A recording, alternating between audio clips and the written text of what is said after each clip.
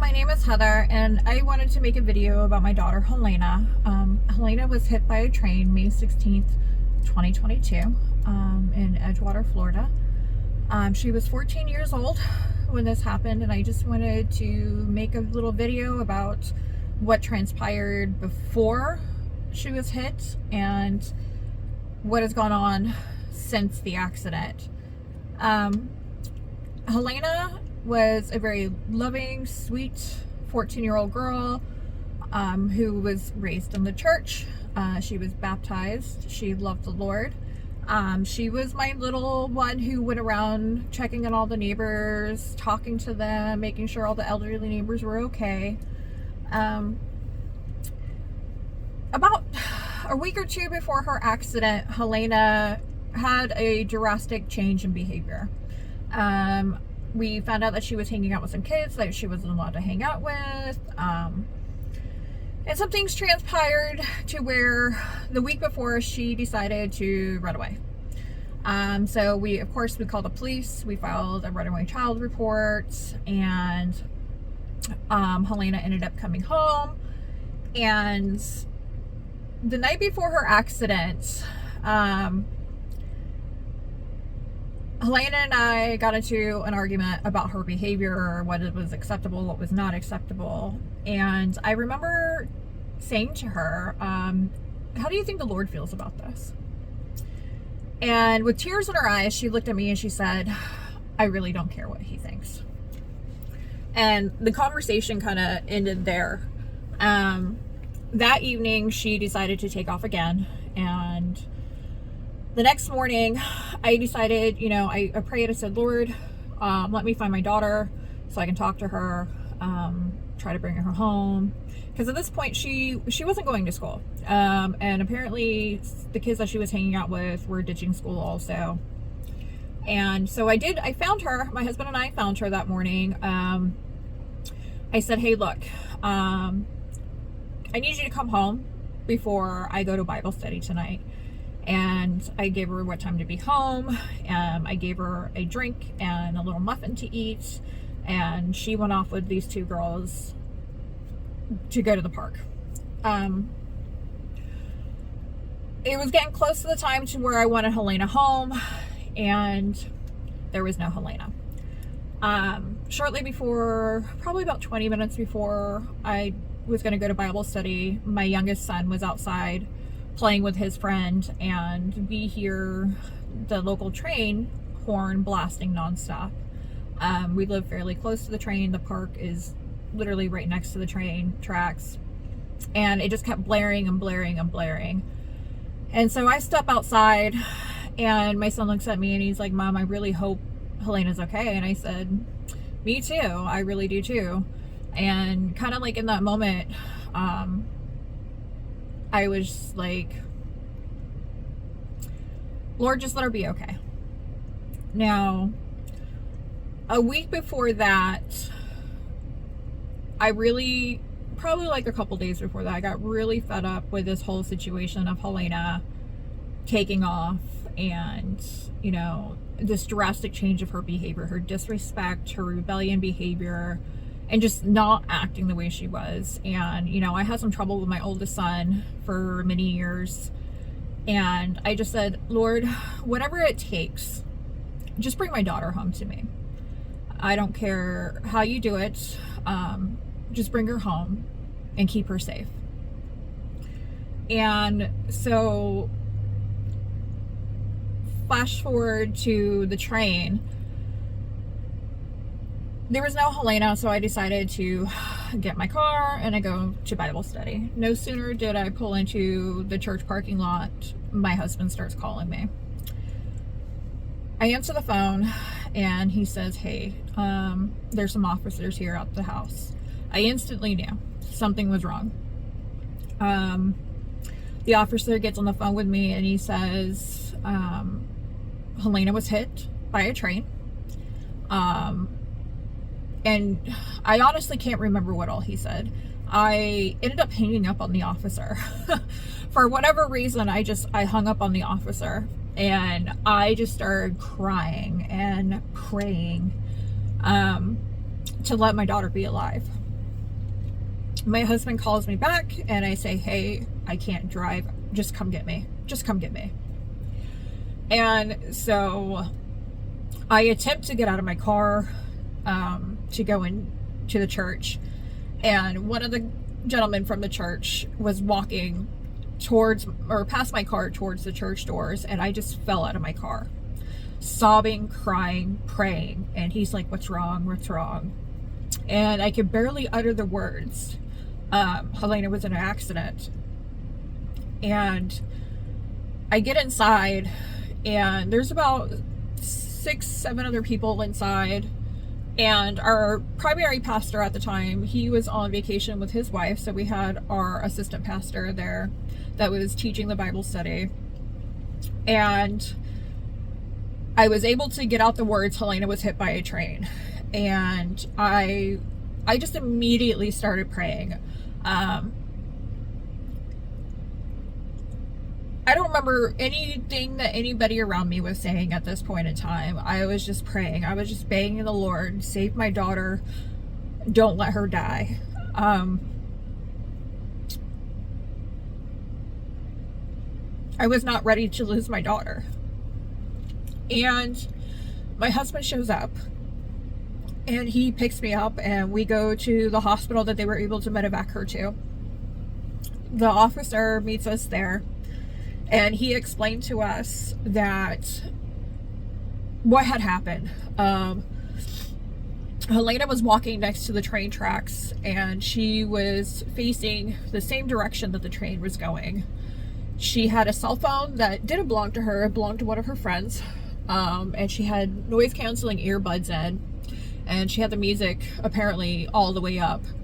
And by the grace of God, the conductor was already on the phone with 911 saying that there was somebody on or next to the tracks and he needs emergency service to come right away. By the time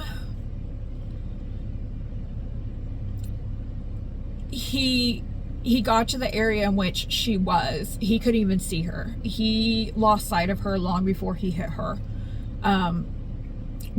But the way that it was explained to us is she looked back and she attempted to jump. She was thrown 100 feet into the wood lines because there's trees that separate the park and the train tracks that lead into a neighborhood. And she had her little purse backpack on. They found her shoes on the gravel next to the train tracks, and they had to follow a trail of her belongings from her backpack to where her body was. When paramedics got there, her lungs were popped. She had a massive head contusion. She was bleeding out severely. Her leg took her hips and her leg took the direct hit, and her leg was completely broken, the lower part of it. And they didn't know how long she had laid there bleeding out and not breathing. Thankfully, the paramedic fire department is less than a quarter mile away from where the accident took place. Now, the whole reason why Heleyna was there was she was on her way to go meet her friends at the bus stop. Another woman from the church that we go to just so happened to be the bus driver for that bus that she was heading to. When she heard the train, just as this accident was happening, she also started to pray. So Heleyna gets medevaced to the nearest hospital that has a trauma center, but it's not a pediatric trauma center. And the doctors do emergency surgery because her spleen had exploded. They needed to reinflate her lungs, and her liver had a laceration that they had to remove part of her liver. When we were allowed to see her was just before they were getting ready to medevac her down to the children's hospital. And when we saw her, her body was so broken, so incredibly broken. She was soaked in blood. And all I could do was whisper to her, I love her. And I was there with her. And as she could, just pray. Just pray. And I prayed over her there. Then it was time for them to take her onto the helicopter and medevac her down to the Children's Hospital, which is about an hour away from us. I get my car and I drive down there. At this point, it's kind of late in the evening. It's dark. I get there and they're already getting her in the room. They have her in the room. They have her hooked up to all the machines. The nurses are working on her. The doctors are there working on her. And, you know, they try to fill me in about what's going on. And they said it was really bad. That's all I can remember them saying. They're going to do the best they could. And they started explaining to me what they were doing. But at this point, I don't remember what all they were saying, just because I was so focused on her. So the doctor leaves, and the wonderful nurse that was there, he worked hours on her, taking care of her, ensuring that all the stuff that she needed was done, trying to clean up some of the blood that was on her. And, you know, they did a fantastic job. The next morning comes, and of course at this point, I'm not sleeping at all. Like, I can't sleep. I can't, nothing. The next morning comes, and more of the doctors come in. And at this point, she's already got a whole team of doctors. And they're explaining to me what all they know, how bad it is, and that they don't think the outcome is going to be good. And we needed to prepare ourselves and get arrangements made. And I just kind of stopped listening to them. I said, I don't believe this. I'm leaving it to you, Lord. But I'm asking you to please save my daughter. And one doctor, one of the neurosurgeons, he chimed in and he said, look, it's in God's hands now. And I said, you're right. It really is. And I am a believing woman, and I believe that things will come out okay. And so they leave, and for 3 days and 3 nights, I stood over my daughter and I just prayed. I didn't eat. I couldn't sleep. Couldn't hardly talk to anybody. And I just prayed over my daughter. By the 3rd day, my husband tells me I need to come home, you know, take a shower, sleep in the bed for overnight. And I did. And all of a sudden, I'm sitting there and I'm praying and I'm praying. And the Lord puts on my heart Matthew 15:28.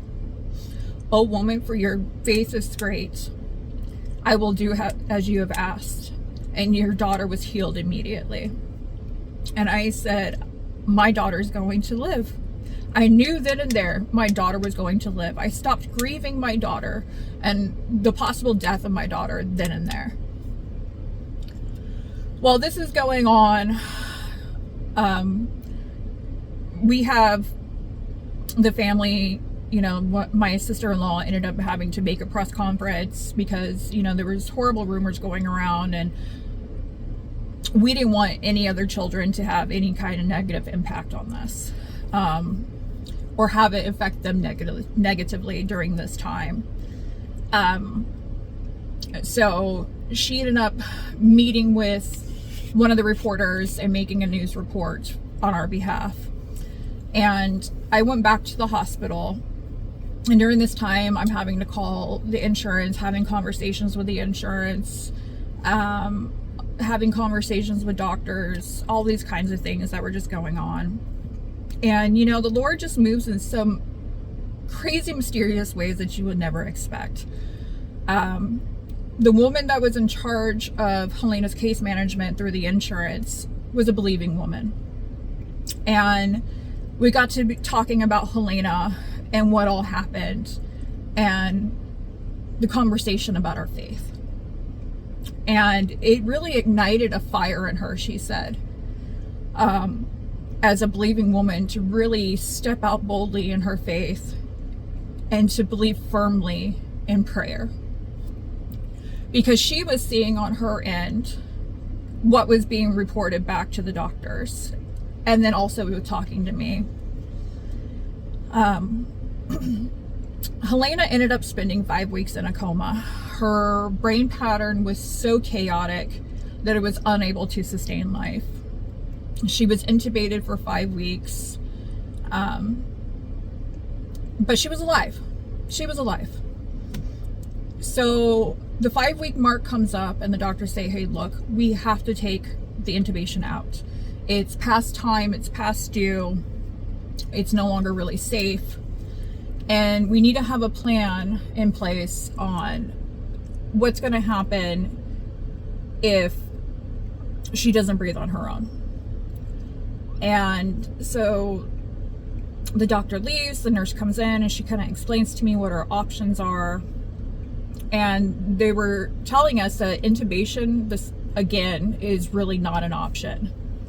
And they don't think they would actually be able to do a trach on her. So we needed to make a decision on if she did not breathe on her own, if we would like them to attempt to intubate again, or if we were going to allow her to go. And at that moment I said, Lord, I can't make that decision. Please don't make me make that decision. I'm leaving it up to you. And I said, whatever you decide, I will be okay with. And so they removed the intubation tube, and Heleyna starts breathing on her own. And she's doing great. And she does great for about 3 or 4 hours. And all of a sudden, all the machines start going off. All the alarms start going off. The nurses go running in. They're calling the doctors in. They're kicking myself out of the room. And basically all the machines are saying she's not getting oxygen, and stuff is starting to build up that shouldn't be building up. And so the doctor is calling the surgeons to see if he can intubate her again or what else he could do. And these 2 very young new training nurses come walking up to me as I'm standing across the hall looking at my daughter. And they were asking me, you know, how old is she, you know, kind of what the situation is. And I gave them the rundown of everything that happened, and that I'm a believing woman. And all of a sudden, you know, the Lord says to me in my heart, watch and wait. And so I'm talking to these young girls, and one of them tells me, you know, like, I grew up in the church, you know, but they were, you know, very young girls, new to the world, new to being on their own. And we're watching what was transpiring. And then all of a sudden the floor nurse says, before we do anything else, let me just check her blood gases. She checks her blood gases, and then all of a sudden she says, everything is perfect. Her oxygen levels are at 100%. She's perfect. And I said, thank you, Lord. There was nothing wrong with her. So at that moment, that was another massive praise report. Things kind of went on. The Lord provided for us significantly during that time. He provided the means for us to do everything that we needed to do. My husband had to take off of work. I was away from home. All kinds of things. It was a very long journey. Heleyna ended up spending over 3 months in the hospital. They decided to remove her out of the pediatric ICU because she had made progress and she had woken up. She was very much still catatonic. She would open her eyes and look, but she wasn't able to communicate anything. She was very not really appearing to be there. They moved her over to a cognitive rehab to try to help get her back out because of her traumatic brain injury that she suffered, and to work on physical therapy to see if they can get her to start using her limbs, walking. And she spent a total of 14 days in there. After 10 days, the insurance decided to no longer cover the rehab because she was just too far gone, cognitively, in their opinion. But the hospital decided to waive a 4-day and kind of eat their own cost for her to spend an extra 4 days in there to try to get things facilitated for her, and to make sure we had everything set up for us for whenever she came home. When Heleyna left the hospital, she was diagnosed as a spastic quadriplegic, traumatic brain injury, and a list of all other things that she ended up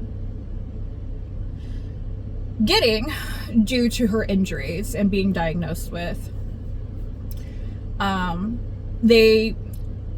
When we were transferring her out, they gave us a rundown of what to expect with these type of injuries, especially the brain injury.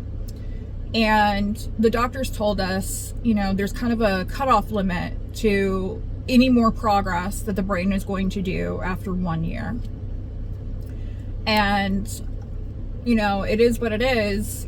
Doctors, they really weren't giving us much hope other than if she doesn't come out of this catatonic state within a year, she's pretty much going to be a vegetable for the rest of her life. And so we left the hospital kind of not really sure what to think about that. And of course, I prayed about it, and the Lord really impressed on me, I will be glorified in this situation. So Heleyna ended up coming home at the end of that 3 months from the rehab, and she was in a wheelchair, still very much catatonic looking, no real expressions on her face. And fast forward to today. We are going on almost 4 years. It would be 4 years in May. Actually, just over 3.5 years since her accident. Heleyna is totally cognitive. She is able to read. She is using her right arm, which was her dominant arm. She has strength in her legs. She can't walk. She is still in a wheelchair. She has had to have multiple surgeries. She ended up having to have a surgery on her lower spine to try to release some of that spastic nerve response because part of the spastic sense in her brain is still in fight or flight mode. But when they did that, they were expecting just minor changes in her lower extremities. But what ended up happening is not only did she have a significant change in her lower extremities, she ended up having significant release in her upper extremities as well, including her face, her tongue, her neck, that no one was expecting at all. Heleyna can't speak. At least at this point, cognitively, she hasn't started speaking yet. There is a couple occasions where she was very cognitive and she said hi to Dad. And then it's kind of like she just faded out. That was shortly after she got home. And another incident when she was having a dream one night and she started talking like a babble, then all of a sudden blurted out words, and which woke my husband and I up, and we both went running, and she was right back to sleep. She is now learning how to drive a motorized wheelchair on her own, doing pretty good. She is able to use a touchscreen communication device that she just got a new one, so she's learning how to use the program.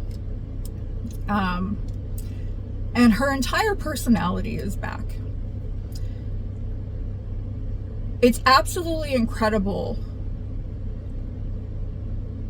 the miracles that can happen when you allow the Lord to move in your life. And I am so very thankful that I have my daughter. I did have to spend some time grieving what I thought was going to be for her life before her accident. But once the Lord worked on that in me and He healed that in me, I have such a bright outlook for her future. She may not really do anything with her life the way that I thought it was going to be, but she has such a gift of making people smile even now. And she is a living, breathing, not walking, but rolling miracle of the power of God. And I am so incredibly thankful for that. And I just pray that this encourages parents out there, mothers, anybody who sees this, to keep your faith, keep in prayer, and step boldly in your trust in the Lord. Thank you. Bye-bye.